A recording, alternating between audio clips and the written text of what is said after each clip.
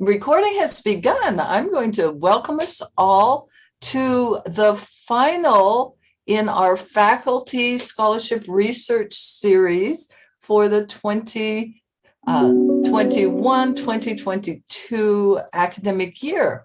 This series has been going on since a hallway conversation between Dr. Winona Wynn and myself when we both had offices in the Arts and Sciences building. Oh, thank you, Mary. That's right.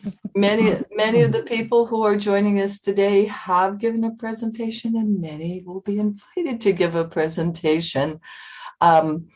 We are ending this year with a reflection on the theme of the year, and Dr. Kirstin James-Dunn has brought some snippets into a video from all of the talks. We together at the end of that discussion are going to look at what I believe we can see from our titles is an equity theme, and perhaps we'll resolve together to really emphasize equity in our coming year. So I don't want to take any more time. I will welcome Dr. Kirstin James-Dunn to take this over and make any additional comment before we begin. Well, hello. Welcome, everyone. It is so good to see all of you today. This is what I'm going to be sharing is a short, I say short, about 40-minute video that is a summation of the various discussions that we've had throughout this year, followed by, as already been stated, our reflection discussion. At that part, we're not going to be recording, it's my understanding, so that we can speak freely and feel comfortable doing that. This is not the most perfect video I've ever created or edited in my life. There are a few awkward moments trying to synthesize several hour-long talks into about 3 minutes to remind us, but I do hope that it will be helpful to all of us in, again, our reflexivity today. So thank you again. I feel very blessed that you're all here today. Let's hope the technology works.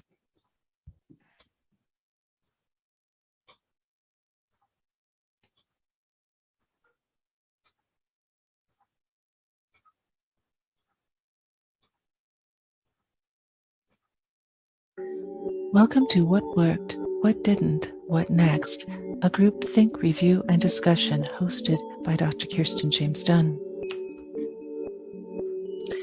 Heritage University Land Acknowledgement. Please forgive my fear that pronunciation would falter in reading some of the names of the traditional communities that are now a part of what we term the Yakima Confederation. Instead, I will pause when we get to that point, allowing everyone to read silently before continuing. Thank you for your patience. Heritage University situates its home on the traditional lands of the Yakima people. These ancestral homelands are of the communities who today are represented by the Confederated Tribes and Bands of the Yakima Nation from the Treaty of 1855. This is a community whose relationship with this land continues to this day.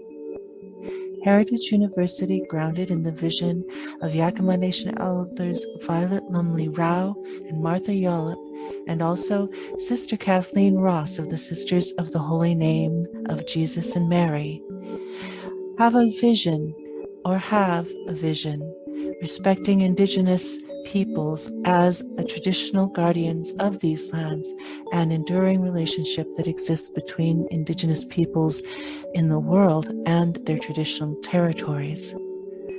We offer gratitude for the land itself, for those who have stewarded it for generations, and for the opportunity to study, learn, work, and be in community on this land. We acknowledge that our university's history, like many others, is fundamentally tied to the first colonial developments in the Yakima Valley. Finally, we respectfully acknowledge and honor past, present, and future Indigenous students who will journey through this home called Heritage University. Many thanks again for your patience. I also want to share this land acknowledgement from our friends at Seattle Shakespeare. Seattle Shakespeare acknowledges that we gather on lands from the Duwamish, Stillaguamish, Muckleshoot, Skokomish, all Coast Salish people, and we pay respect to them as this region's original storytellers. With this statement, we take a first step towards reconciliation, and we invite you to join us in repairing each of our relationships with this land and its people. What I love about this is that it reminds the audience of relationality and a mutual responsibility to support a process of healing through storytelling. I am therefore adding to our acknowledgement, just for the purposes of our session today, that today we gather also to celebrate our lives, our home, and loved ones, honoring the original communities and storytellers of the Yakama Nation. Kwalananu Shamash, I am thankful. A story, the fruit of heaven. I want to begin our year in review with a story, the fruit of heaven, a Sufi parable. There was once a woman who had heard of the wondrous fruit of heaven. She asked a certain dervish, whom we shall call Sabar, "How can I find the fruit of heaven so that I may immediately attain knowledge and complete enlightenment?" "Well," said Sabar, "you may either study right here with me, or if you would rather, you could travel without ceasing through the earth until you find it." Desiring additional opinions, the woman asked the advice of Arif the Wise One, Hakim the Sage, Mazyub the Mad, Alim the Scientist, and many others. She passed 30 years in her search for the fruit of heaven. Finally, she came to a garden, and there stood the tree of heaven, and from its branches hung the beautiful fruit of heaven. Standing beside the tree was Sabar, the first teacher and dervish she had encountered at the beginning of her quest. "Teacher," the woman explained, "why didn't you tell me when we first met that you were the guardian of the tree of heaven and its fruit?" Sabar took a deep breath, taking in the fragrance of the tree, its fruit, and the woman's expression before responding. "Would you have believed me if I had told you at that time? Would you have seen the things you have seen, had the conversations you have had? Would you have become the person you are now? Besides," smiled Sabar, "the tree of heaven only produces fruit once in 30 years and 30 days. You first came to see me the very afternoon after the morning when the fruit was last harvested." In other words, timing is everything. I myself have only been formally a member of Heritage University's learning community for the past 26 years or so. I guess I have a few more to go before I get to see the blossoming of the fruit of heaven. To begin our discussion of what worked, I would like to remind us of the previous conversations we have had during this academic year in this lecture series. I'd like to start with SILT, Faculty Days, and Dr. Gloria Jones-Dance, recommending a narrative approach to evaluating data. It just came on.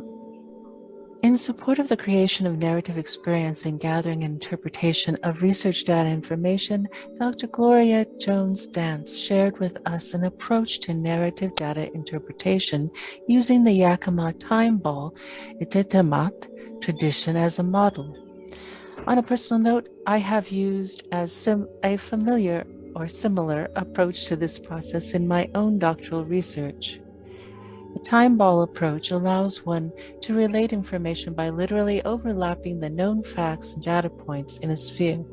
This always seemed to me the way that information naturally is dynamic in 3 dimensions, as opposed to the conventional European linear and statically 2-dimensional approach.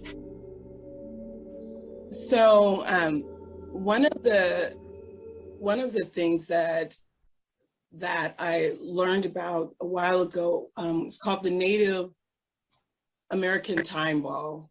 And it's interesting because this comes actually from the Yakama, or this is what it said, it comes from the Yakama tribes. And with this, the idea of this this activity is that the young women would take, and I think I'm explaining this correctly, but this is my understanding. But the young women would they would take this type of yarn, and they would use this to put different memories, like, you know, when they were married, their children, their it was a way of, it was hemp, and it was a way to record life history, courtship. They tied different knots into the twine for days and weeks and added special beads for significant events. And then they would roll the twine into a ball. They would roll the twine into a ball. And these were ways of counting the days and counting the calendar. The time ball grew in size as time passed, and they would, sometimes women would put them, they would have for like 25 years, and then, you know, they would save them, and then these women would sometimes divide them into 25 years, and then they would which would make them more manageable. And then when the women were very, very old, they could show these different knots that talked about time, talked about known facts that had happened in their lives. And it was said that when the women died, then these time balls would be buried with them. I had the opportunity to do this. I've had the opportunity to do this in classes, the time balls, because I thought it was like a really, really interesting concept, and had students do this and share their data. And so I'm just talking about storytelling and known facts, but when students did this in the classroom, and even I did it with a group of people that I was supervising, it brought about tears. People were literally crying when they were sharing their stories, their known facts about their lives. I mean, every single time and I did not expect that when I did this this activity. So I think it's really, it was like it was very deep, very, very, very deep, a spiritual thing. It was just really the whole idea of known facts is so important. And this really brought, so that's why I brought this in, because it's about data is about storytelling, and storytelling is, and data is known facts. So again, when we look at data as faculty, you know, we're looking at, you know, student ID, these are just, you know, student names, majors, we're looking at race, and there's just a whole grades. There's so much information to be shared. And even as you look, when we look back at and connect it to the time ball and the different things and how facts have always been shared, you have to know that data, known facts, is an asset. It's not only an asset to you personally, and but it's an asset to us as faculty, and it's an asset to us as a university. And so it's very, very important that we realize and really hone into the importance of our known facts. So one of the things, or a few of the things that we'd like you to do in this time as you get ready to meet this morning is to learn how to tell a story with your known facts, with the known facts that you have. to use data or use known facts to better understand your students, to use known facts to inform your teaching practices, and to use known facts, and I'm just saying known facts instead of data because that's what data is, known facts as a tool to advance equity.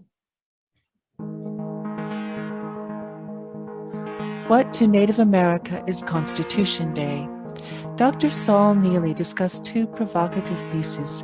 First, which took most of the lecture time, he argued that the modern nation-state is an expression not of peace but of war, codified in our founding documents. Secondly, Dr. Neely reminded us of the relationship between the Haudenosaunee Confederacy, sometimes known as the Iroquois Confederacy, and the U.S. Constitution. Dr. Neely requested that he not be formally recorded. It is important to note for those in the room that may not understand that in every indigenous culture of my acquaintance, if we view what we have to say as part of a sacred context, traditional storytelling, for example, we do not generally permit the recording of a situation. Dr. Neely will have an opportunity to refresh our memories of his talk during the open groupthink session that follows this review. Overdue Reckoning on Racism in Nursing. Christina Narity, PhD RN, presented the scholarly work of the Commission on the Overdue Reckoning on Racism. A team of campuses and nation faculty, nursing education leaders, and HU students co-presented. The presentation was extracted from and based upon a manuscript submitted and accepted to the American Journal of Nursing. Here is a short excerpt of that session. The manuscript that we are referring to today was just accepted last week for publication in the American Journal of Nursing.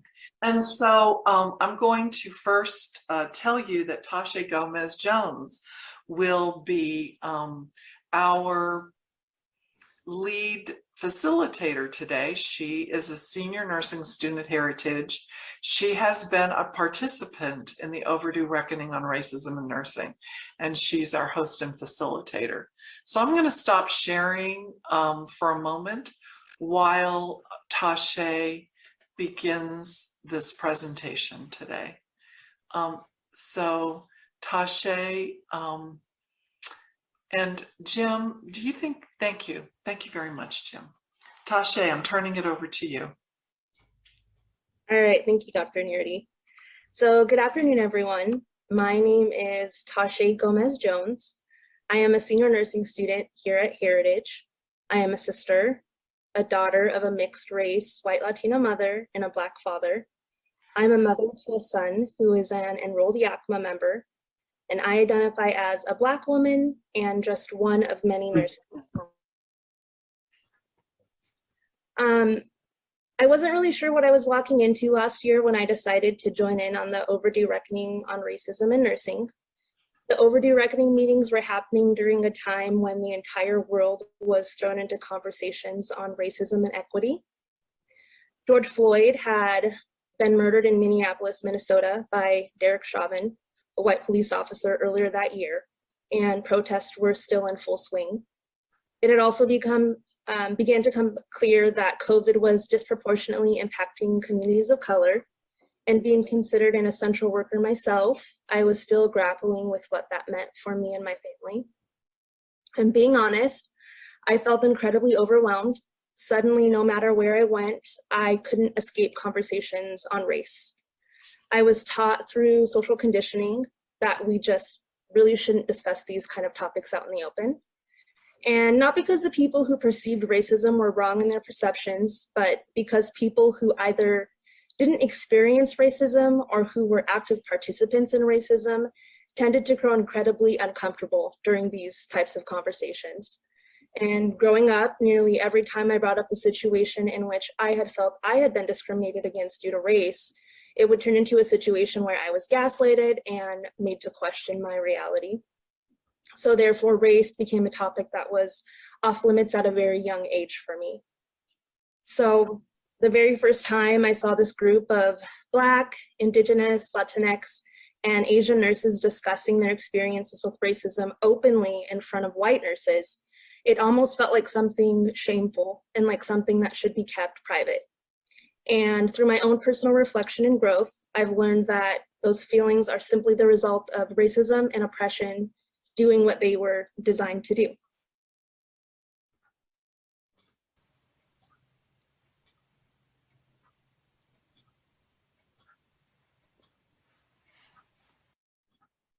Equanimity and the liminality of equity, an exploration of vocation.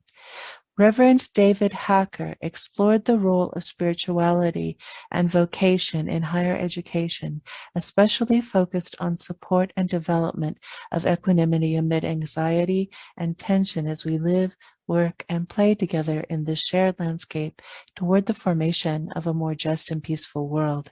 Here is a short excerpt from that session.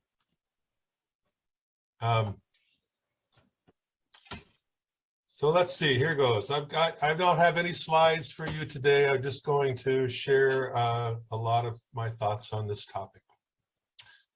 So my new favorite fun read is Anxious People by Frederick Bachman.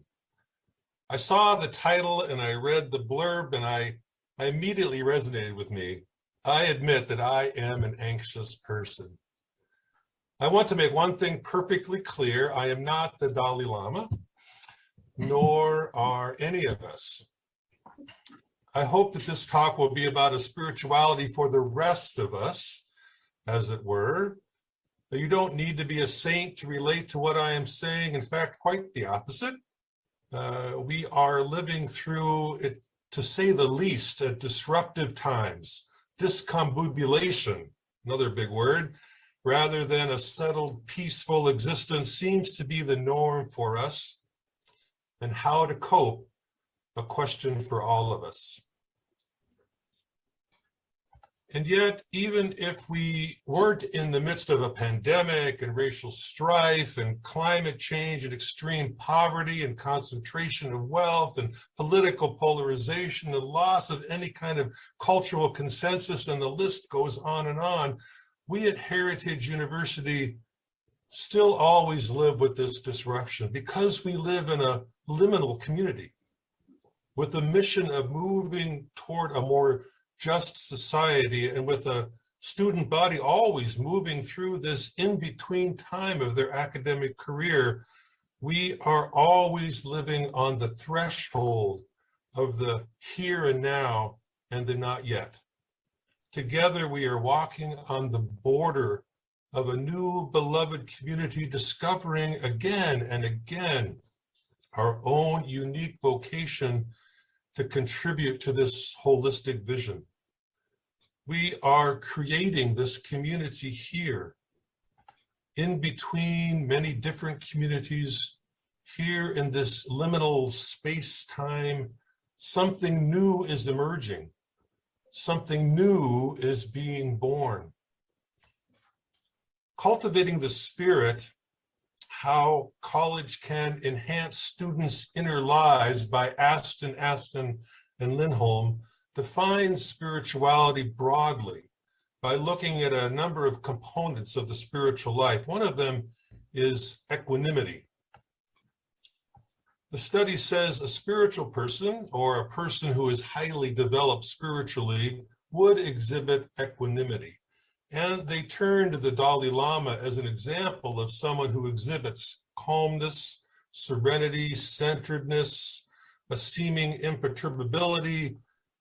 Equanimity can be defined as calmness, composure, even especially in difficult situations. But perhaps measuring our students and ourselves against the Dalai Lama may be a bit unrealistic. We don't have to set ourselves up for failure right off the bat. Because I am who I am, at the intersection of perceived skin tone, self-efficacy, and discrimination. Vicki A. Carpenter, PhD, discussed how discrimination is a dynamic and multifaceted issue.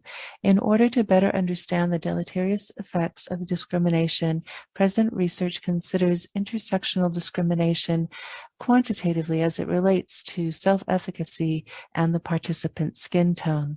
Here is a short excerpt from that session. So intersectionality was coined by Kimberly Crenshaw, 1989, 1991-ish.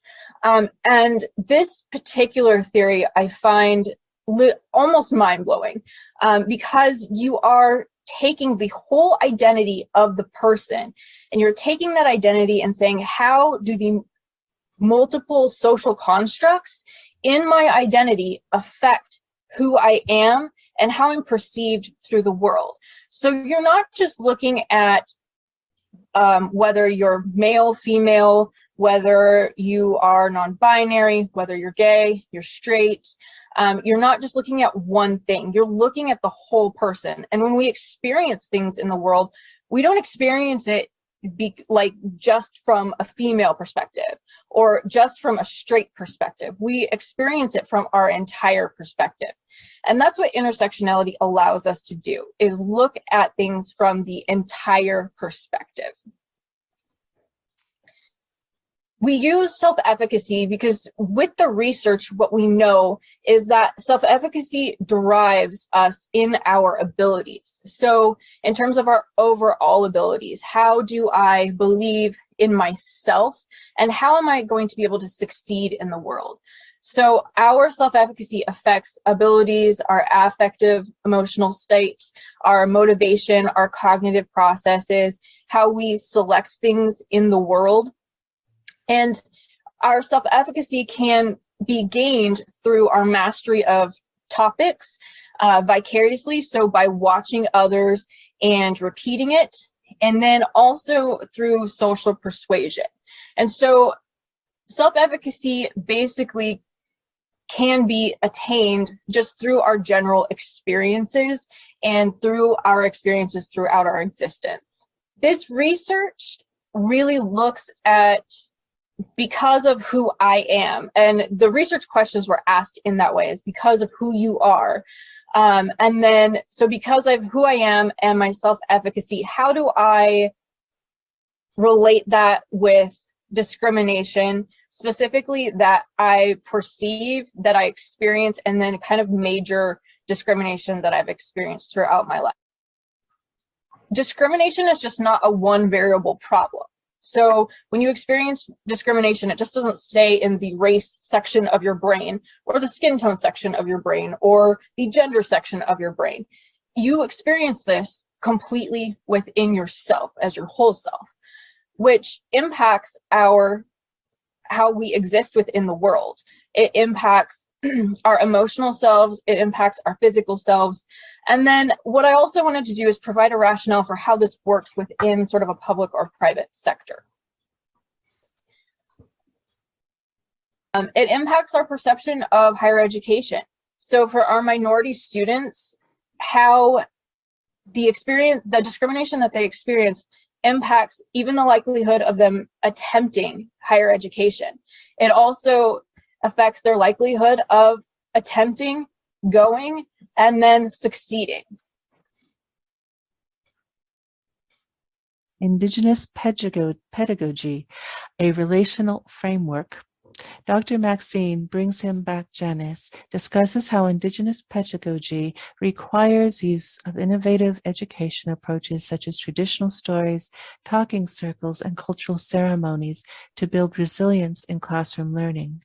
IP draws on the strengths of the students who then emerge as wisdom seekers, hence dismissing the power dynamic of the education system.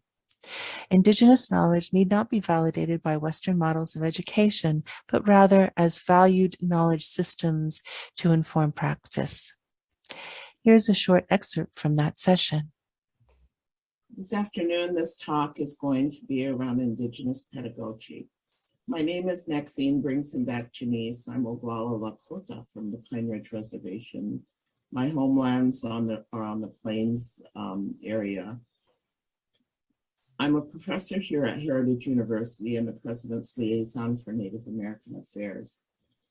And I respectfully and kindly thank you for participating in this talk today. In education, as we step into these spaces, these learning spaces, it is important that we consider relationality as part of the concept in delivering education to our students. And when I think of relationality, I think of ceremony. I again go back to ceremony, and education should be ceremony. And if education is ceremony, I think of how do we look at relationality in the context of that. An example that I use and we've used, and I'll get to that in a few of the slides ahead, is that in the Lakota way, we create what we call ceremony by making relatives. And so it's called a Hunka ceremony. And what we've done in the work that we've started here with the behavioral health education program is we've integrated that concept in the classroom space.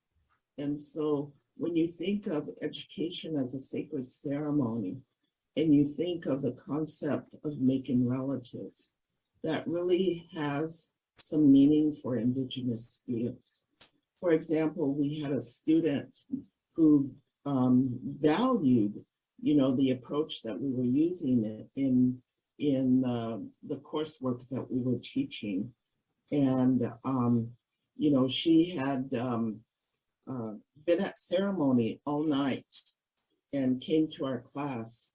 We have our class on Saturday morning. She came to the class Saturday morning, had been up all night. But the notion of relationality and that concept that we've integrated in this curriculum resonated for her, that she felt that, it's important for me to be here. When we look at Indigenous knowledge systems, there is sharing of wisdom and information in longhouses that oftentimes we don't think about. And, those knowledge systems, those Indigenous knowledge systems really do, if we can integrate it in our education, in our education curriculum, can really have an impact on honoring the ways of the people. It seems to me that all of those discussions worked rather well. Many thanks to each of those presenters. What else have we done well this year? Dr. Paul Landry and Professor Yesenia Hunter hosted our celebration of Black history. Here is an excerpt from that wonderful sharing session. Once again, I'm going to share my screen. Hi, Paul. Thanks for joining us. Hello, everyone. Saul, Ezra, thank you guys. I'm trying to say hello to everybody. So, we have a really flat space here. So we're trying to break through that fourth and fifth wall of interaction. I'm going to share my screen. And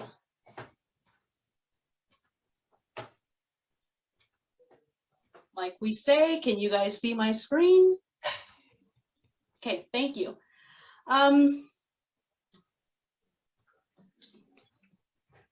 I'm going to do a short welcome just by reading a short piece written by Dante Stewart, who is the author of Shoutin' in the Fire, an American Epistle. And as I welcome you all into this digital space and a celebration of Black History Month, I'm going to read a short section that he wrote recently. He said, "Black history is not simply asking, how can I remember and learn about Black people? It is all of us asking, how can we love Black people by seeing them, hearing them, and creating a world where Black people feel seen, inspired, and protected. He continues, there are those who seem to think our lives are just lessons, somehow reducing us to helping white people to, quote, get it, end quote. My mind cannot escape the simple fact that so many people ran to our books and our art or to the streets in 2020, believing that simply reading or marching would somehow magically change the white supremacist power structure so pervasive in our country without fundamental change in how we live together. Just 2 years later, after all the anti-racist work and organizing, we are dealing once again with white backlash on one hand and exhaustion on the other. Some want us erased, others want to control us. He concludes, this misses the power of our living. We neither must be perfect or in performance to stay alive. We neither must be exceptional or superhuman. None of that is necessary. The power is that we are here, and to use Baldwin's often missed words at the end of Letter from a Region in My Mind, we are indeed beautiful. So to celebrate Black History Month, I invite us all in this space to center and uphold the beauty and the ordinary, the extraordinary and the everyday life, the history, the now, and our connected and collective futures of Black lives and Black life. Welcome. Why did I have to be the first? You see, and why was there that pressure? So when we can get to the point where it is part of that we can just be and act, as Audre Lorde said, to take up the call to action and be, but to be a collective effort, a sort of universal effort. And I want to see that reflected in the Heritage University community, that all aspects of the community can be, that it can be a we, not this group or that group or whatever, but as a community. So I'll leave you with that thought. And like I said, I do hope that we all can take away from this a sense not only of the experience that we've had here, but a motivation to look deeper, to look further, to engage more broadly, and to think about these issues and what they mean for us in our lives. Beautiful. Thank you so much, Dr. Landry. Thank you all for coming. It's 1 o'clock. Have a beautiful rest of your day. Stay warm. Blessings. Peace on all of you.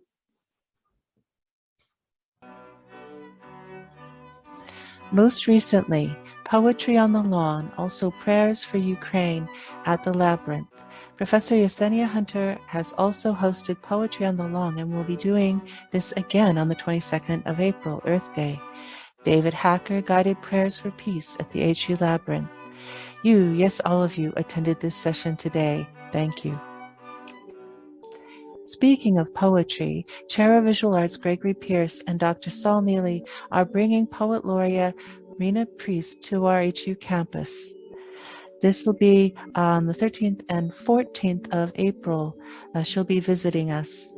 This celebration of Indigenous identity in the arts supports the work that has been happening with Dr. Janice to bring Indigenous ways of knowing and being into our educational research methodologies here at Heritage. University 101 and First Fridays film series. University 101 is our trailblazing group taught Foundations for Success course that keeps getting better with each passing year. There are two significant outcomes from this course that I want to mention. First of all, under the leadership of Dr. Gloria Dance-Jones, we currently include the Black American experience as one of our basic modules. Including this in our core has, in my view, provided our students with an opportunity to better understand systemic issues in racism in the United States with a depth and dimension that did not previously exist. Thank you. Out of the desire of University 101 students to engage as a community with film, we held a mini film festival at the end of FA21 that has since become the First Fridays film series this term. So far, the series is modestly successful with attendees not only from our campus, but from the greater area community. Media is the message. We all know that the success of any activity comes from letting the world know what is happening. The fact that Poetry on the Lawn, First Friday Film Series, and our Scholarship Lecture Series have all had significant attendance is largely due to the tireless creativity of Davidson Mance and Bonnie Hughes, and they're getting the word out. Thank you both. Additionally, I think we must praise Aaron Krantz and our brilliant IT team for protecting us against cyber attacks and keeping our community connected through these strange times of war and pandemic. During the COVID pandemic, President Sund and our provost team have also been both literally and figuratively keeping the doors safely open at Heritage, helping students and staff, professors keep on keeping on, basically, helping us all keep on keeping on. Many thanks are also due to Library Director Daniel Leistman and his work and his team who have helped our students continue to get the resources they need for their work. Thanks as well to the Academic Skills Center for constantly supporting our students both online and off. Lastly, before I move on to our success stories, I want to take a moment to thank our cafeteria, security, and maintenance teams for taking such good care of us all and for keeping the campus clean, safe, nurturing, and welcoming. Thank you all. Theater is back. As I mentioned earlier, our friends at Seattle Shakespeare are back. I'm very excited about Seattle Shakespeare's plans to work with our students during FA22 and then also include us in their campus tour of Eastern Washington next spring. Next year, they will be touring with Romeo and Julieta and will, as well as a bilingual Julius Caesar for 2023. Also, Visual Arts and L&L are bringing back English 206B and Drama 206B play production. Are there other things that didn't work so well? Actually, I don't think there have been things that didn't work in actuality so much as there have been a great many challenges that required agile, dynamic problem solving. We all had to become skillful in hatology, if you will. All of us are wearing multiple hats, so to speak, and I think we did a pretty good job of switching those hats. Here are some of the challenges we have faced as a community and are still facing. That said, we still have major challenges ahead. May you live in interesting times has always been considered a mixed blessing. Upon reflection, I'm not sure any of us could claim to have lived in times that were otherwise. The past 2 years, however, have most definitely been interesting and indeed challenging. With the pandemic becoming endemic, I think that many of us were looking forward to a return of what we used to consider normalcy. Those hopes have been somewhat dashed with the Russian invasion of Ukraine and what looks like a rather familiar overture to World War from a historical perspective. Given how stressful these times are, I think that the caring and compassion that have been the hallmark of our learning community are going to continue to be put to the test. In my own opinion, the most important skill we need, apart from continued determination, is to express our gratitude for one another and to listen to each other. So, what is going to happen next? So, what next? Next, it's your turn. Finally, before our group discussion, a special note of thanks to SILT, to Jim, Mary, Ed, and Gloria. Many thanks for all that you do for all of us. And to everyone here, thank you for your time and attention. This concludes the formal portion of our groupthink review for today. For the rest of our time together, with a Zoom recording off, we are going to have a proper natter and sharing session. Let's talk about things we are celebrating, what challenges we currently face, and what visions and hopes we have for the future. Again, many thanks.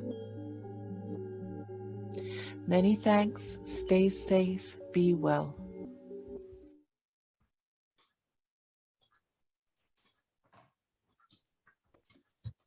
Hello, everyone. We're back. Thank you again for your patience. Good to see you all. All right, so this portion, this section, I'm about to stop recording, and then we'll just kind of talk about the things, themes from the year, things that we think have been working well, maybe things not so well, and what we'd like to see happen next. So I'm going to turn off the recording now.